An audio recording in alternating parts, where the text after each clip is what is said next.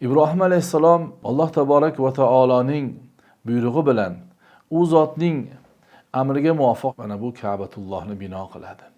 Ka'bani bino qilgach, u joyni ibodat maskani qilishligini Alloh haq subhanahu va taolodan amr bo'lgandan keyin qabul qilgach, mana shu duoni qiladi. Ey Robbim, bu shaharni tinch, xotirjam shahar qilib bergin bizga. Ya'ni Alloh haq subhanahu va taolodan Ibrohim alayhissalom shu Ka'ba bino qilingan joyni, makonni tinchlik, xotirjamlik, amniyat joyi qilishligini so'rayapti.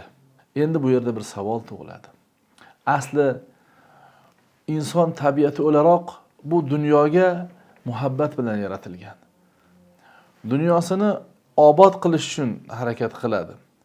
Asl payg'ambarlarning vazifasi dunyoni oxiratga chorlash. Oxiratni esdan chiqarmaslikka chaqirish.